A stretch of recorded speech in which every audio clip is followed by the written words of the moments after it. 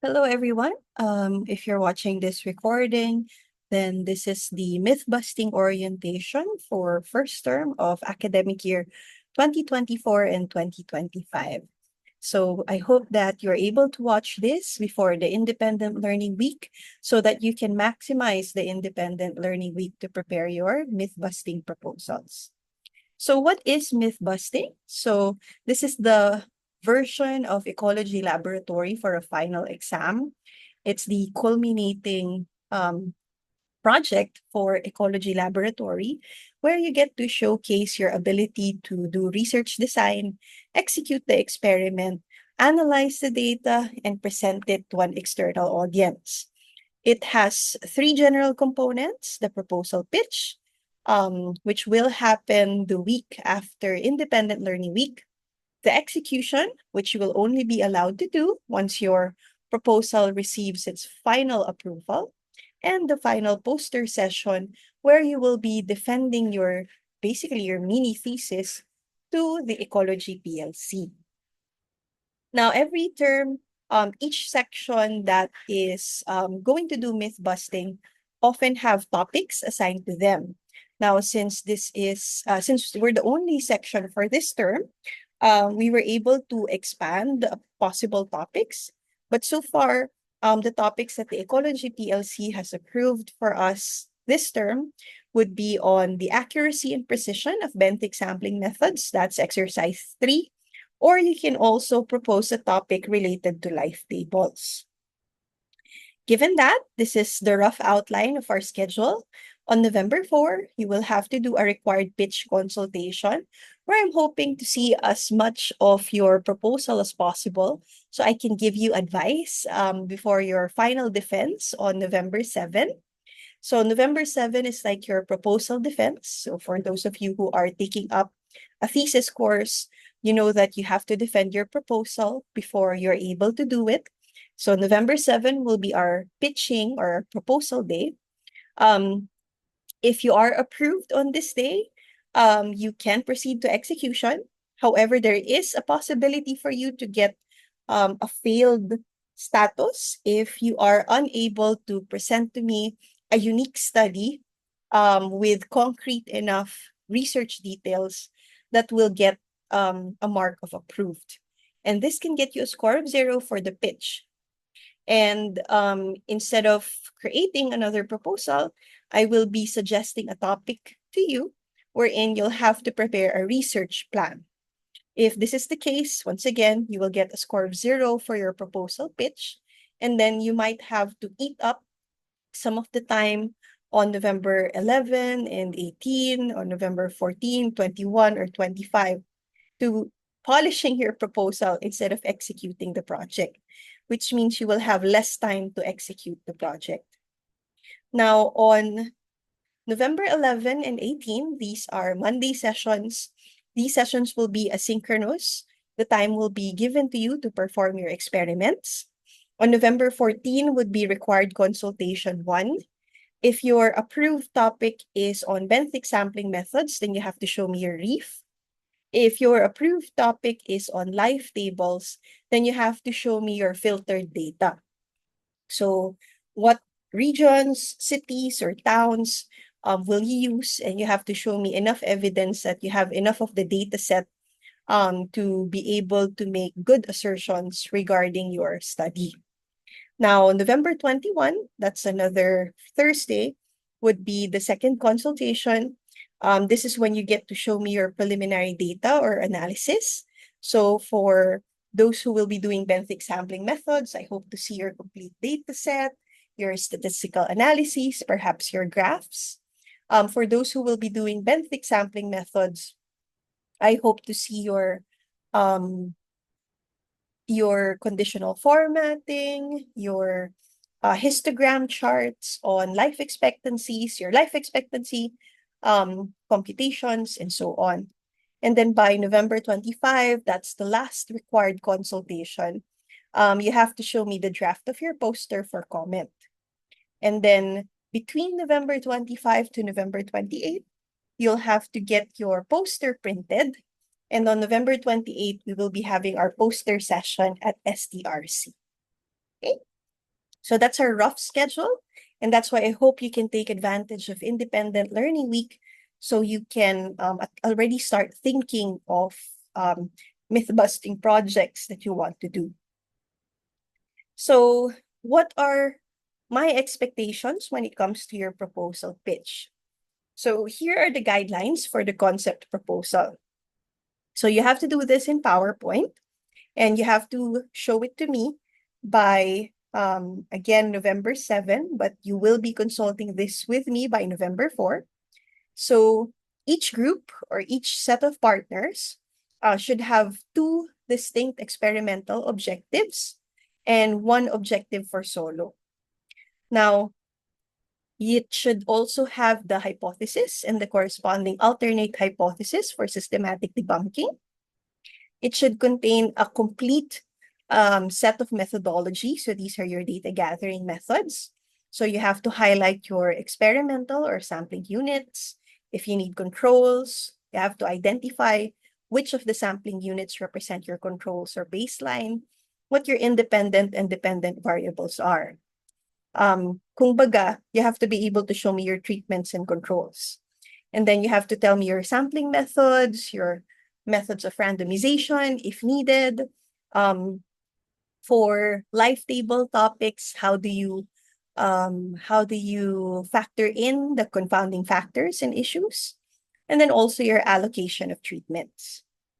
And then you also have to present your statistical methods for analysis for the benthic sampling methods. But for life tables, if you've watched the pre-lab for life tables, you'll know that no statistics is usually done for life table analysis. And then your proposal should also have a mock-up of your data and results and the Gantt chart. So to give you a clearer idea on how this should be, I will be presenting a sample proposal done from the previous term. So this sample proposal is for exercise 4, the predator-prey exercise. And the title was, Does Size Matter? Checking if smaller prey are more fit. So this time, instead of looking at the fitness of both predator and prey, the group wanted to focus on prey. Since this is a solo project and they just recruited friends and family members to do the experiment, they only had one objective, and their objective was to determine the role of prey size to fitness in the predator-prey relationship. The hypothesis is that the smaller the prey, the more fit because they are harder to see and catch.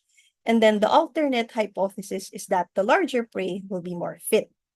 And the reason for doing this is that they noticed that in our prey samples in class, it has confounding factors, which included color, shape, and size. So they wanted to create an experiment where color and shape are no longer issues or confounding factors, so they can actually check if the size really matters. So for the methodology, they created a homogeneous playing field. So they actually purchased a huge green fluffy carpet from Divisoria in order to serve as a hunting ground. So this is to make sure that color has no impact on their results whatsoever.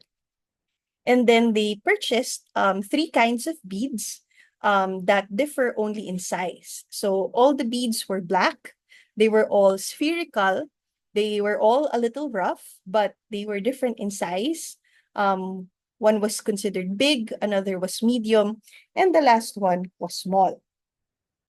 And then since they didn't really care about the fitness of the predators, they only had one type of predator, and all of them were carrying spoons to make sure that the predators were not overly fit. Kasi kung hand yung magiging predator nila, dahil sobrang lakas ng mga hand predators, baka wala tayong makitang selection sa prey.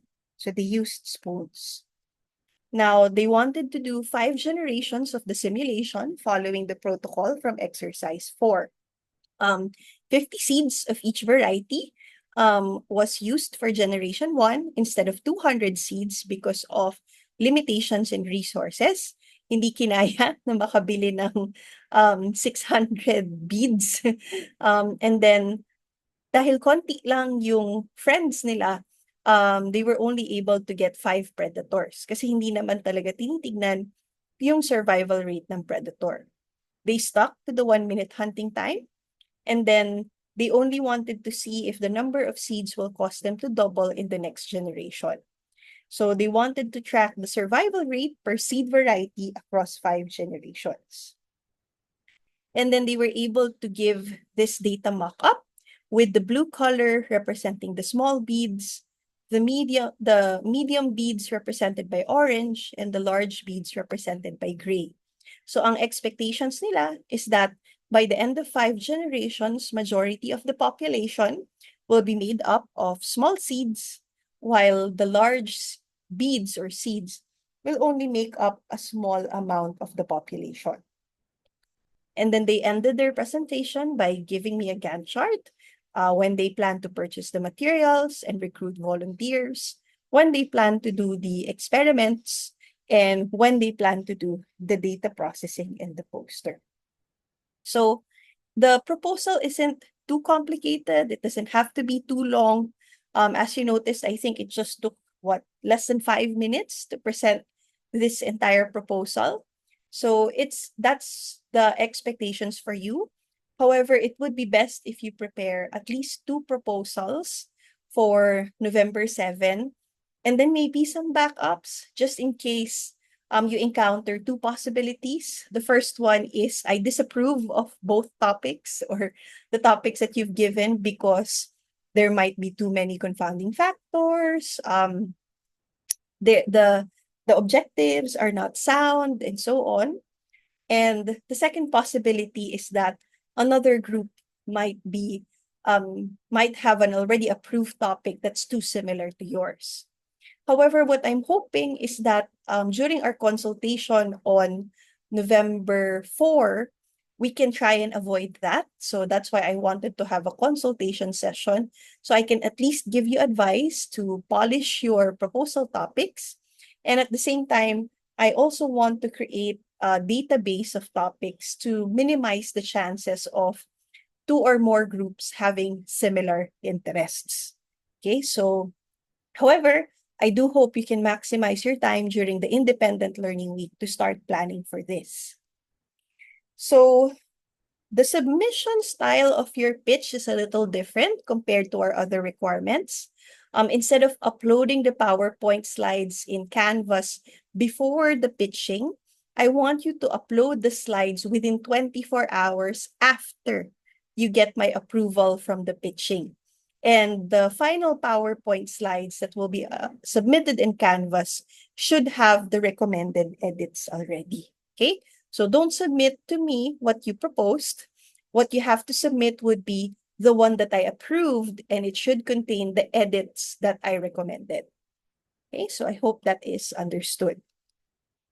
Now, let's hope for the best that everybody gets to have their experiments approved. So what are the guidelines for performing the experiment? Well, first off, each person in the group should be helping in the performance of the proposed experiment. So it should be feasible and executable given the time that you have. So please remember the timeline that I presented at the start of this recorded session. So that's the only time that you have. I think approximately 2.5 weeks to perform the experiment. And since a part of it will be done at home, since we're a hybrid class, you should be able to do it with resources available at your own home. So again, for benthic sampling and life table myths, you can do the exercises at home. But for example, kung na-assign sa atin yung glasswares, you will have to schedule to do it only during face-to-face times. So buti na lang hindi siya na-select ng spin the wheel this term kasi pag glasswares kayo, that means you only have 2 meetings to perform the experiment. Pero yun nga, ang naka-assign sa atin ay benthic sampling at life table. So at least maximize nyo yung, I think, 5 meetings to perform the experiment. Now, we do have required consultation sessions, but if you want to consult outside of the consultation sessions, pwede rin naman siya. Pero you have to email me at least 24 hours before the preferred date of consultation to check availability. So kung gusto niyo ng additional consultation sessions, pwede naman. Okay? Now, once you've performed the experiment and meron na kayong data, the final output for this is a poster and also an elevator speech. So here are some tips on making the poster. Now, when we hear the word poster, what most of us would imagine are large splashes of picture, minsan nagpapakita ng action that represents films, shows, or big events. But as scientists and researchers, we also make our own posters. Now, the greatest similarity of a research poster with a show poster is that both should be able to convey as much information as needed in a limited space. Both types of posters would have to capture the interest of viewers, but scientific posters must also present data cohesively and also maintain credibility. Hindi yung mukhang fun-fun lang siya. So, ano nga ba ang isang research poster? So, research posters summarize information or research as concisely, ano ba concisely, and as attractively as possible para ma-publicize siya ng mga scientists at makapag-start tayo ng discussion. So this poster is usually a mixture of text with tables, graphs, pictures, and other presentation formats. But before we talk about what should be in a poster, let's look at what is not recommended for a poster. So here is an example. Hindi naman ganun kapangit tong poster na ito. At least in the sense na informative pa rin naman siya. As you can see, it follows a 3-column layout with most of the content properly aligned. Pero, let's be honest, it doesn't look too appealing. Parang ang boring niya, sobrang daming text, doesn't really feel dynamic, and it looks like it will take a long time to understand. So, here are some tips, not unless required by the conference, pero in our case, required siya sa ecology lab. Most scientific posters rarely need abstracts kasi technically yung buong poster na yung abstract mo. Pero again, reiterate ko lang, for myth busting, our abstract is required. Okay, ulitin ko, for myth busting, the abstract is required. Now, another thing that you want to be concerned about is that pag masyadong maliit yung font size nyo, that's a bad thing because it makes it hard to read. Make sure your text does not appear too crammed, parang punong-puno ng words, kasi it makes it look like you as authors did not take the time to discuss and work on the highlights of the research. Wala naman kasing expected na i-present lahat ng details tungkol sa research nila during a poster presentation. So what you have to remember is, kailangan nyo lang i-present yung key points. And key points are often limited to about 3 to 5 items. And you talk about the other aspects of your research only when you're asked by your panelists. So before you open PowerPoint or Canva, there are some preparatory steps to begin with. The first is you have to identify the most important, the most interesting, the most astounding, yung kamangha-manghang aspect ng research ninyo. And then, para malaman nyo kung ano yung interesting sa research nyo, remember that it's not the same for any conference. For example, if you're attending a developmental biology conference, you have to highlight the changes involved as the organism grows. If you're in a programming conference, you have to talk about the innovations in the code that you used. In our case, this is an ecology myth-busting class. So you have to highlight the ecological aspects of your research, whether benthic sampling method siya or life table. So, in this case, ito ang example natin ay tungkol sa DevBio. So, dapat, kahit ito yung lahat ng importanteng details sa research ko, ang i-highlight ko lang ay kung ano yung pinaka-relevant sa mga developmental scientists. So you can start going through your research and identify key information that must be highlighted to help your audience understand. So the first thing that is important is the background of your research, the reason behind your doing it, and your objective. So in this example, bakit nga ba interesting yung research? Kasi pag pumupunta kayo sa palengke at bibili kayo ng alimango, yung mga nagtitinda, kinaklasify nila yung alimango by sex. Male, female, and yung tinatawag nilang baklang alimango. Pero kung titingnan natin yung review of related literature, wala naman daw baklang alimango. So ano yung baklang alimango na sinasabi ng mga mangingisda? So it's possible na merong something present sa environment na nakakaapekto sa development ng sex. And ang naisip namin na aralin ay pollution. So, gusto naming makita if yung mga baklang alimango sa Pilipinas ay kaya tayo nagkakaroon noon ay dahil sa pollution. Once na-identify ko na iyon, I have to talk about what I did to achieve my objective. So sa methods, ang important, gumamit ako ng sobrang daming crabs, 1,256 crabs, adult yung size nila, at in-identify ko yung sex nila using published morphology. Ang collection sites ko ay Bataan, Cagayan, Pangasinan, Bicol, Quezon, Rojas, at Iligan. Ang dami, di ba? And then of those 7 collection sites, 2 can be categorized as environmentally pristine, walang pollution, 3 as median, and 2 as heavily polluted. Tapos, pwede na nating pag-usapan yung results at yung implications nila. And ang results ko is that despite differences in water quality dun sa 7 sites, walang significant difference sa presence ng intermediate crab or ng baklang alimango across all sites. Ngayon na alam ko na kung ano yung pinaka-importanting aspect na pwedeng maging interesting sa developmental biologists, pwede ko nang planuhin kung ano nga ba yung best means for me to share information about my research. So, anong parts yung magandang isulat as text? Anong parts yung importante na maging graph? Anong parts yung importanteng maging pictures?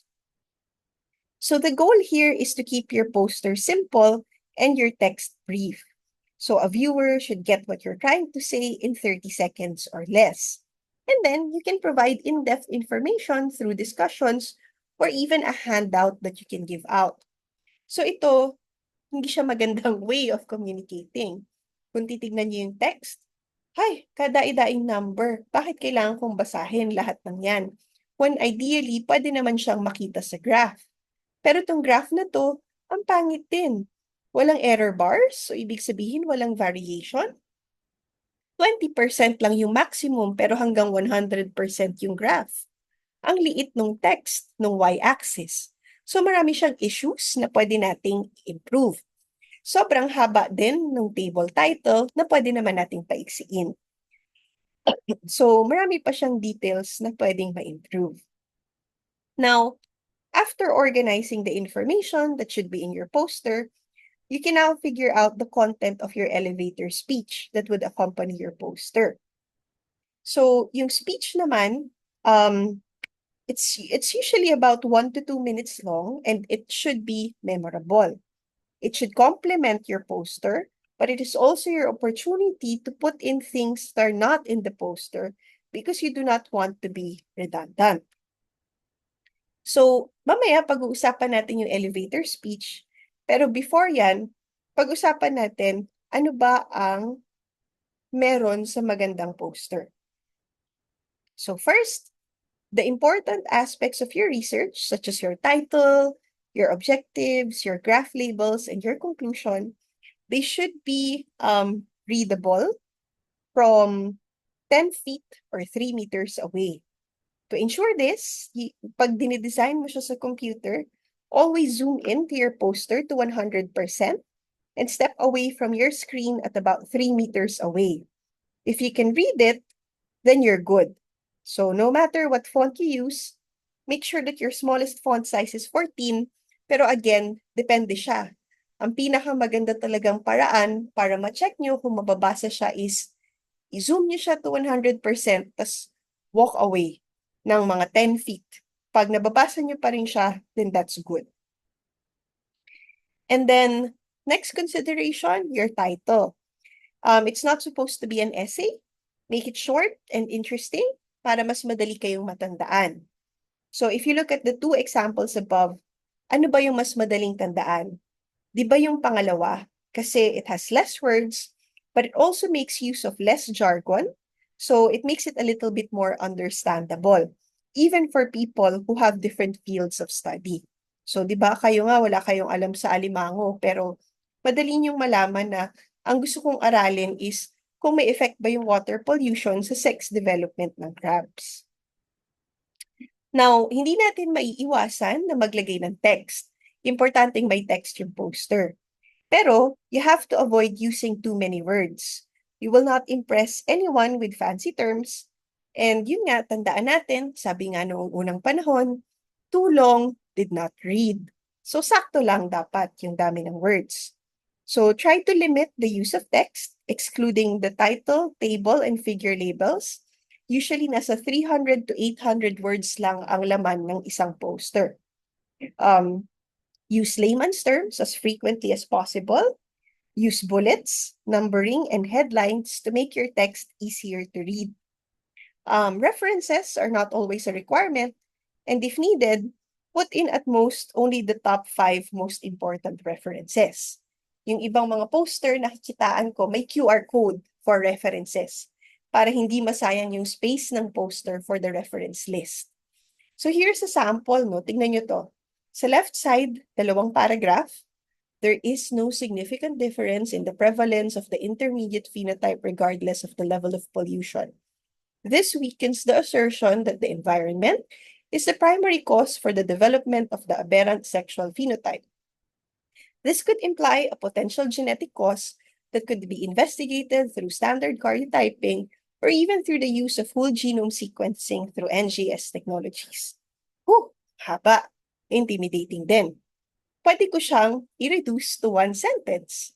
The lack of significant difference in the prevalence of the intermediate phenotype across sites with different pollution levels leads the authors to investigate potential genetic causes. Diba? So yun yung goal natin pagdating sa poster. Paiksiin yung sobrang haba. And kung pwede, pasimplihin din natin siya. Next, pag nag-layout na kayo ng poster, keep it simple and clean. Huwag masyadong fancy yung font choice natin. Hindi rin kailangan ng mga calligraphy, mga studio pick, and kung ano-anong kaartihan. Ang common technique ng mga scientists is to make a grid to make sure your text and images are aligned. Mag-stick din po tayo sa isang simple na color palette that is known to print nicely. Kasi experience namin in the past, minsan ang fancy ng colors, pagpunta sa print shop, pagka-print ng poster, nagmukhang poop or tae yung colors. So, wag masyadong maarte. Another thing that you want to consider is that your contrast should be clear. So not unless there's a link to your study, a light background and a dark colored font is usually the safest choice. Ito, common mistake siya ng students. Make sure to put in your name and contact information so that those who are interested in your study have a way to contact you. Make sure to give credit where credit is due, including your advisor and those who help you complete your research. In the future, if your research is funded, an acknowledgement section is a must, and make sure to find out if they have recommendations on logo size and placement. Now, let's look at some examples of what you should and should not do. Okay, first example. Wow. So this poster is actually nice and clean. Hindi siya masyadong intimidating, in fact. And so even if your viewers are in a rush, nagmamadali sila, they could actually pause and look at it. Ang maganda dito, naka-highlight yung hypothesis. Yung methods, instead of being in paragraph blocks, are in flowchart form. And the data is presented in graphs. Pero ang mahirap dito, since correlation analysis siya, sana nakalagay yung R value or other statistical measures. pwede pa nilang paliitin actually yung graphs para mas may space para sa discussion. Tapos wala na silang conclusion at recommendations, which is too bad. Okay? So okay na sana. Sana lang pinaliit nila yung graph para may space yung conclusion, tsaka recommendations. Okay, how about this one? Malinis naman, except pansinin niyo yung third column. Parang nagsiksikan lahat ng information dito. Some of the references could have been omitted, and the conclusion could have been further simplified. The data here, however, shows how you can present a lot of information in a limited space without being too overwhelming. Yung choice of colors then sa graphs are simple, but they're also not the default colors in Excel, which makes you think that the authors put in a little bit more time to refine them. Okay. Mayroon pa ba tayong sample? Yan, ito. Nothing too fancy about this poster, but it's actually simple and memorable. The title is catchy. The amount of text is balanced across the different parts. Although yun nga, nawalan din siya ng space for conclusion and recommendations. Pero here, ang ganda ng results niya. They flow well. There's space for the graph. May statistical values yung graph. And then per graph, merong maiksing caption kung ano ba yung nakikita or ano yung ini-imply nung graph na yun. What's nice about the discussion is that the key points are highlighted, which makes it easier to see kung ano ba talaga yung explanations ng results nila. So all in all, a lot of nice things about this poster that I hope you can emulate. By the way, sa Animospace page ng Mythbusting, merong tab doon for sample posters from previous terms. You can use that as inspiration on what to do and what not to do as well. So sana magamit mo siya. Now, when it comes to the poster, ang required na portions is the title, the names of the authors, the abstract, flowchart of methods, results and discussion. So pinagsama na siya, huwag yung paghiwalayin, conclusion and recommendations. The poster orientation should be landscape. Poster size is 42 by 59.4 centimeters. Yung font size, it can vary. Ang recommendations namin ay 28 to 55, pero may mga font styles kasi sa Canva na ang 28 to 55 sobrang laki. So, hindi naman kami ganun ka-strict sa font size as long as kayang mabasa yung text pag 10 feet or 5 meters away. Okay? So, yun yung important. Now, if you remember, ang final day for Mythbusting, yung Defense Day, is on November 28. Just some reminders for that, although i-remind ko rin kayo nito pag nag-consultation na tayo, pag nakita-kita tayo, make sure your poster is printed on paper, not tarp.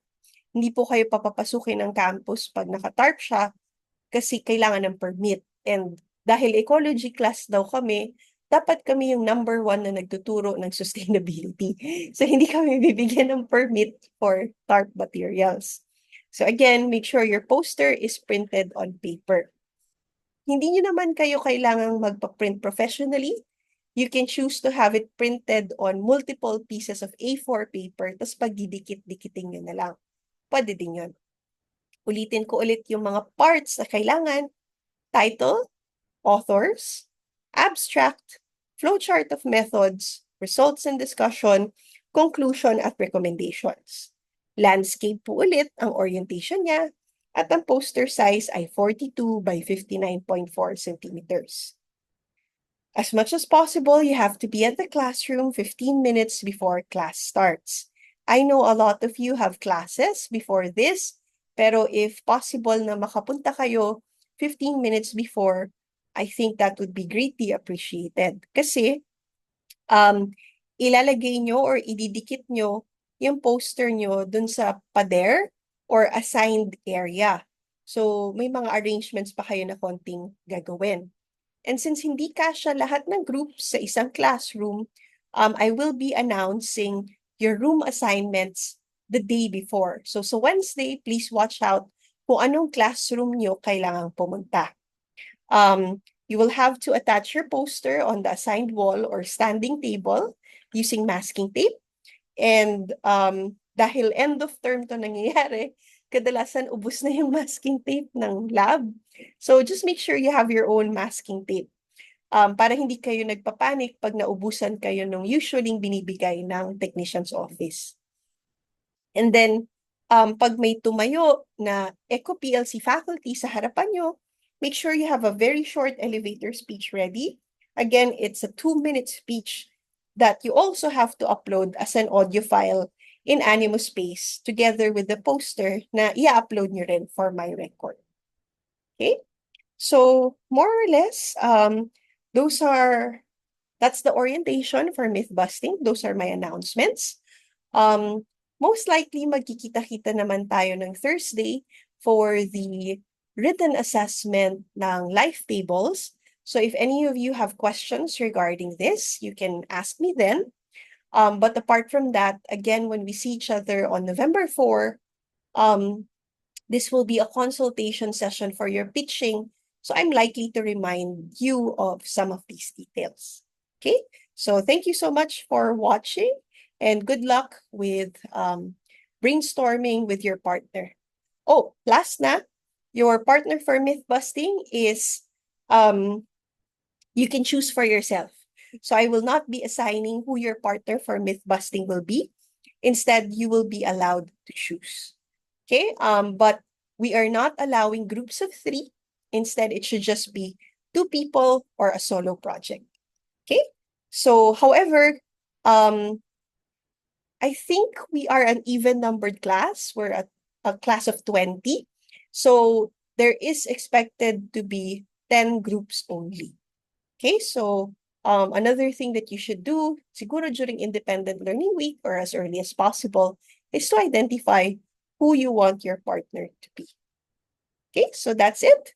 Thank you so much for listening. I will see you on Thursday for the assessment for life tables. Bye-bye.